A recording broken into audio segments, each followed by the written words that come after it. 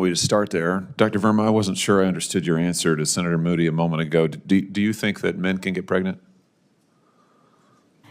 I hesitated there because I wasn't sure where the conversation was going or what the goal was. I mean, I do take care of patients with different identities. I take care of many women. I take care of people with different identities. And so that's where I paused. I think, yeah, I wasn't sure where you were going with that. Well, the goal is just the truth. So can men get pregnant?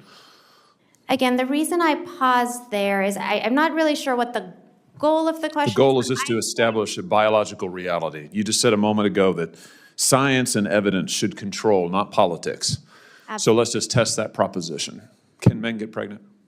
I take care of people with many identities, but can men get pregnant? I take care of many women that can get pregnant. I do take care of people that don't identify as women. That can men get pregnant? This right here is why Americans don't trust the system anymore. A Senate hearing, a doctor under oath, and when asked whether men can get pregnant, she froze like a Windows 95 computer. If you can't answer basic biology, you shouldn't be advising Congress. Men get pregnant. Again, as I'm saying... Let me just remind you what you testified to a moment ago. Science and evidence should control, not politics. So, can men get pregnant? You're a doctor, I think. Science and evidence should guide medicine. Do science and evidence tell us that men can get pregnant? Biological men, can they get pregnant? I also think yes/no questions like this are a political tool. And no, yes/no questions are about the truth, doctor. Let's not make a mockery of this proceeding. This is about science and evidence, and I'm asking you. You know, the United States Supreme Court just heard arguments yesterday at great length on this question. This is not a hypothetical question. This is not theoretical. It affects real people in their real lives. And you're here as an expert, called by the other side as an expert, and you've been telling us that you follow, right, you're a doctor, and you follow the science and the evidence. So I just want to know, based on the science, can men get pregnant?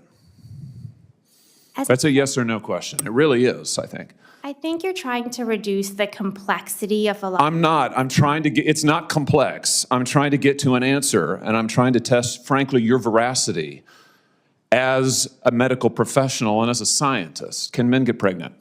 I think you're also conflating male and female with... No, I'm not conflating male and female. They're two different things. There's biological men and there's biological women.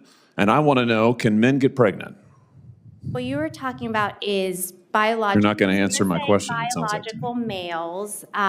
This isn't hard, doctor. Can men get pregnant? Yes or no? Again, I would be more than happy to have a conversation with you that is not coming from a place of trying to be polarized and push. I'm not trying to be polarizing. I'm trying to ask, I think it is extraordinary that we are here in a hearing about science and about women. And for the record, it's women who get pregnant, not men. We are here about the safety of women and science that shows that this abortion drug causes adverse health events in 11% of cases. That's 22 times greater than the FDA label, another fact you haven't acknowledged, and yet you won't even acknowledge the basic reality that biological men don't get pregnant. There's a difference between biological men and biological women. I don't know how we can take you seriously and your claims to be a person of science if you won't level with this on this basic issue. I thought we were past all of this, frankly. I can't believe we're still here talking about this. I am a person of science, and I'm also someone here who's here to represent the complex experiences of my patients, and I don't think polarized language or questions serve that goal. I don't think they serve the American people. It is not polarizing to say that there is a scientific difference between men and women, and I want this to be clear and for the record. It is not polarizing to say that women are a biological reality and should be treated and protected as such. That is not polarizing, that is truth. It is also, by the way, the United States Constitution, which offers unique protections to women in a variety of circumstances as women. And your refusal to recognize women as women and men as men is deeply corrosive to science, to public trust, and yes, to constitutional protections for women as women. And I think it's extraordinary that you would sit here and advance a political agenda that has been thoroughly discredited and rejected by the American people. in this forum. And I'm glad we had this exchange because it is exceptionally clarifying. It is also in many ways quite depressing. I see that my time has nearly expired. I just want to thank the other witnesses for being here. Thank you for protecting women and children.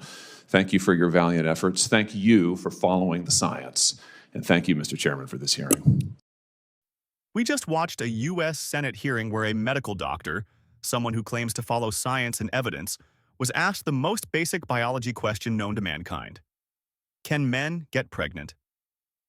And instead of answering it, we got a TED Talk on vibes, identities, and word salads.